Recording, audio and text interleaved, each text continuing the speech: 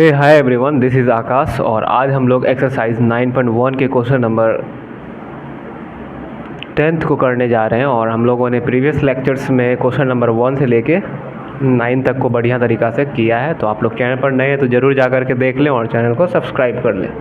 तो question number 10th में दिया गया है two poles of equal heights are standing opposite of each other and either side of the road which is 80 meter wide from a point between them on the road. The angle of elevation of the top of the poles are 60 degree and 30 degree respectively. Find the height of poles and the distance of the point from the pole. From the poles. तो पहले question को हम लोग समझते हैं। Given situation में क्या है ना कि दो पोल्स हैं।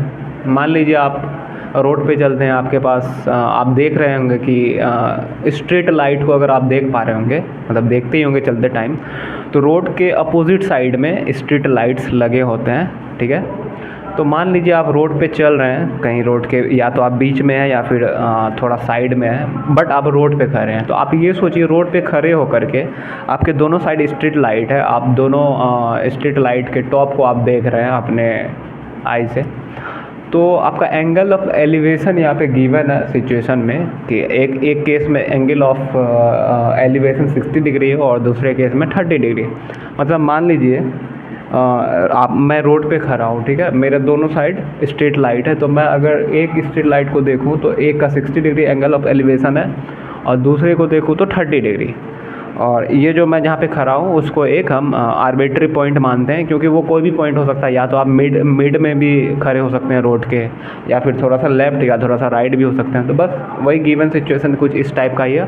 और रोड का विड्थ जो है 80 मीटर है, मतलब रोड की जो चौड़ाई है वो 80 मीटर की है। ठीक है, बस यही दिया गया है। और अब हम लोग थोड़ा सॉल्व करते हैं क्वेश्चन को। ठीक है, मान लेते हैं कि दो स्ट्रीट लाइट्स हैं, एक वो मतलब एक ये स्ट्रीट लाइट है, एक ये, और दोनों की हाइट सेम है, गिवन है आपका क्वेश्चन में। ठीक है, और रोड्स के दोनों अपोजिट साइड में है। ठीक है, आई होप कि आपको समझ में आ रहा होगा।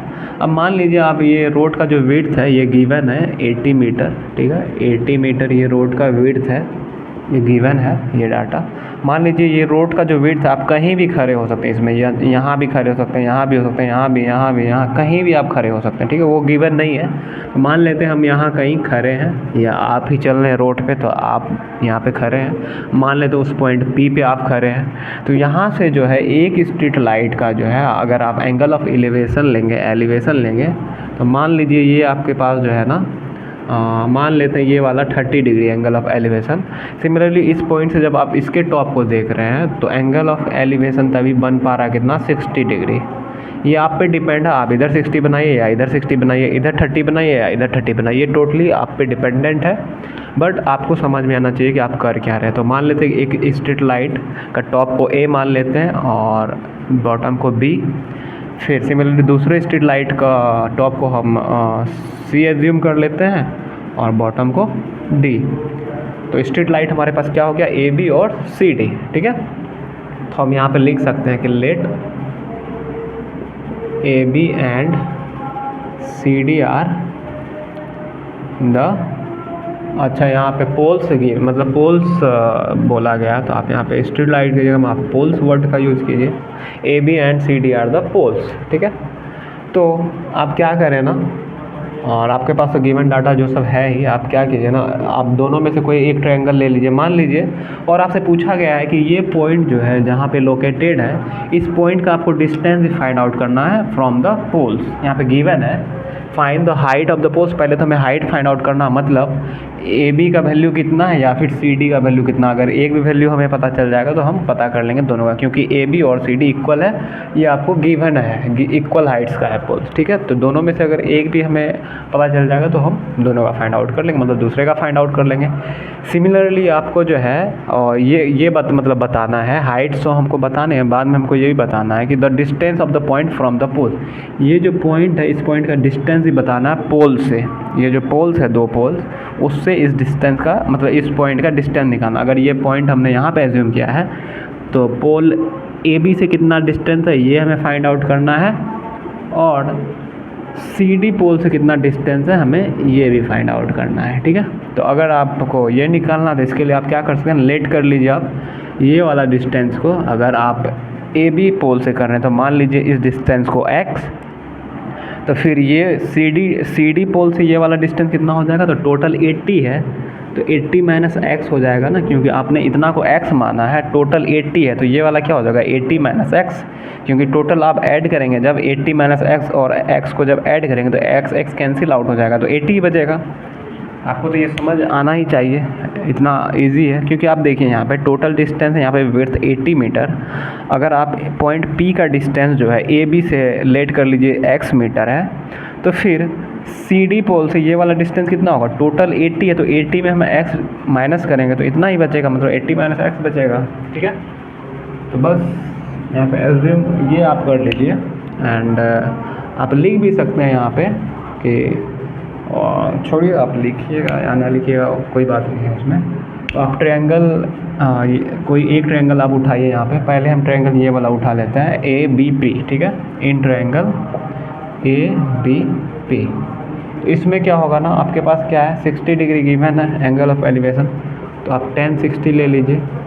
1060 लेंगे तो परपेंडिकुलर बाय बेस हो जाएगा, तो परपेंडिकुलर क्या है ए बी है, ए बी परपेंडिकुलर, और बेस क्या है आपके पास बी पी, ठीक है। बी पी आपके पास बेस है। 1060 का वैल्यू क्या होता है, it is √3, and A B तो वैल्यू आपको पता नहीं, तो ए बी की जगह में ए बी रहने दीजिए, और बी पी का वैल्यू कितना हो जाएगा, बी पी का x आपने एज्यूम किया है, ठीक है। तो यहाँ से ए बी कितना हो जाएगा, क्रॉस मल्टीप्लिकेशन करेंगे तो ए बी नीचे में कुछ नहीं है √3 का, तो 1 आ जाएगा, 1 इंटू ए बी करेंगे तो ए बी आ जाएगा, इक्वल्स टू क्या हो जाएगा, क्रॉस मल्टीप्लिकेशन करने के बाद √3 इंटू एक्स, तो ये हो जाएगा √3 इंटू एक्स। तो ए बी का वैल्यू जो है √3x है, बट x का वैल्यू हमें पता नहीं है। x का वैल्यू अगर हमें पता चल जाएगा तो हम ए बी का वैल्यू फाइंड आउट कर लेंगे, ठीक है, एग्जैक्टली।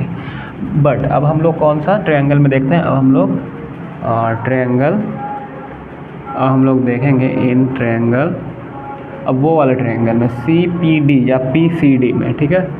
नेमिंग आप कुछ भी कर सकते हैं, ये आप पे डिपेंड करता है। तो PCD में आप देखेंगे यहाँ 30 डिग्री एंगल ऑफ एलिवेशन, तो आप 1030 ले लेंगे यहाँ पे।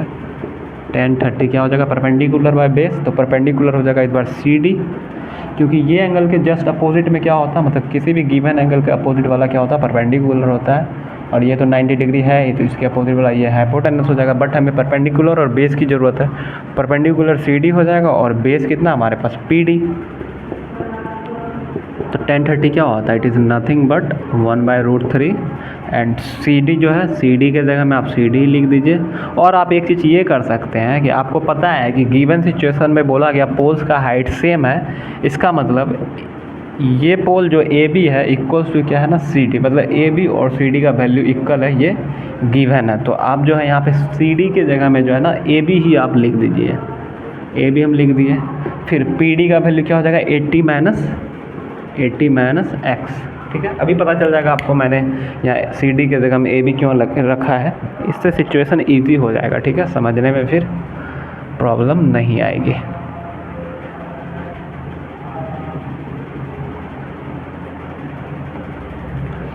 तो यहाँ पे क्या हो जाएगा ना 1/, अब देखिए यहाँ पे क्या हो रहा था ना 1/√3 इक्वल्स टू AB का वैल्यू कितना हो जाएगा, AB का वैल्यू हो जाएगा, यहाँ पे हम लोगों ने निकाल के रखा था ना, AB कितना था यार, चलिए मैं तो मिटा दिया, फिर से ट्राई करता हूँ AB कितना आया होगा।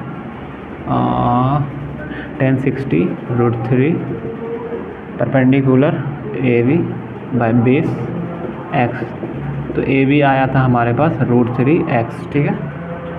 तो AB का वैल्यू कितना था √3x, देखिए हम आप पिछले स्लाइड में हम लोगों ने लिख के रखा था AB का था √3x, तो AB का वैल्यू आप लिख दीजिए यहाँ पे √3 इंटू एक्स और डिवाइडेड बाय 80 माइनस एक्स है यहाँ पे 80 माइनस एक्स।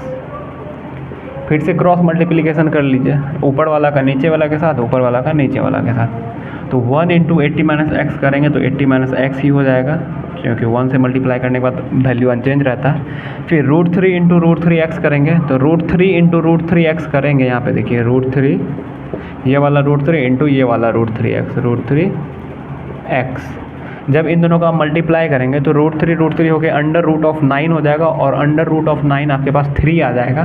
तो आप डायरेक्टली यहाँ पे लिख दीजिए क्या 3x, ठीक है। तो आप डायरेक्टली लिख दीजिए क्या 3x। जब इन दोनों को आप मल्टीप्लाई करेंगे तो ये 3x आ जाएगा। रूट 3 इंटू रूट 9 और रूट 9 का वैल्यू क्या होता है 3 और x का x। तो यहाँ से क्या हो जाएगा 80 और ये जो माइनस x है ना इसको आप राइट साइड लेके चले जाइए तो ये माइनस x इधर आके प्लस x हो जाएगा।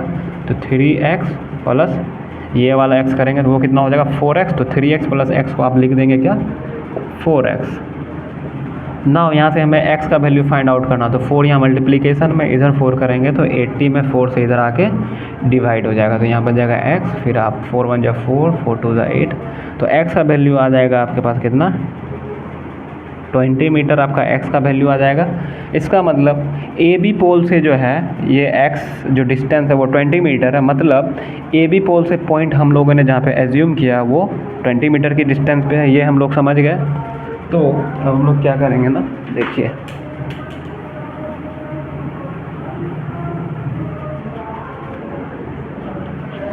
तो हम लोग क्या करेंगे यहाँ पे x का वैल्यू 20 मीटर आ गया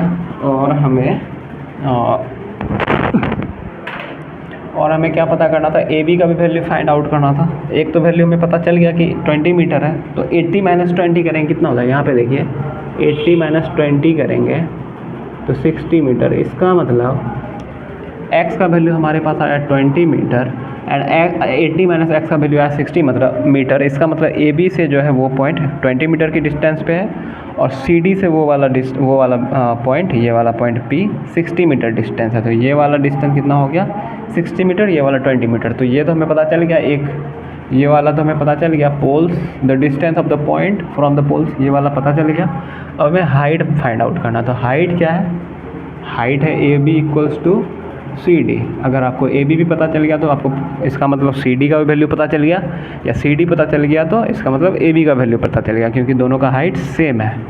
तो यहाँ पे देखिए ये जो सिचुएशन था पहले स्लाइड में, क्या ए बी का वैल्यू कितना आ रहा था हमारे पास √3x आ रहा था। तो बस पुट कर दीजिए value of x, put x equals to कितना, x का वैल्यू 20 मीटर है तो इसमें आप 20 पुट कर देंगे तो ए बी कितना आ जाएगा √3 इंटू एक्स का वैल्यू 20, ये मीटर में आएगा। तो √3 इंटू 20 कितना हो जाएगा 20√3 मीटर। तो ए बी का वैल्यू कितना आ गया 20√3 मीटर, या फिर ए बी इक्वल्स टू कितना था, ये पोल इक्वल्स टू वो पोल, तो A B equals to C D और उसका वैल्यू 20√3 मीटर आ गया। तो इसका मतलब पोल्स का हाइट आपके पास कितना आ गया। सो आप लिख देंगे पोल्स हाइट्स आर क्या हो जाएगा 20√3 मीटर एंड 20√3 मीटर, क्योंकि दोनों पोल सेम हाइट का है। और आप लिख देंगे distance from A B pole of the point is 20 meter and distance of the point from C D pole is 60 meter. ठीक है, तो आप ये लिख लेंगे। आई होप कि आप लोगों को समझ में आया होगा, और चैनल पर नए हैं तो ज़रूर चैनल को सब्सक्राइब कर लेंगे। मिलते हैं नेक्स्ट लेक्चर में क्वेश्चन नंबर 11 के साथ। तब तक के लिए हंसते रहिए, मुस्कुराते रहिए, अपना ध्यान रखिए, टेक केयर, बाय।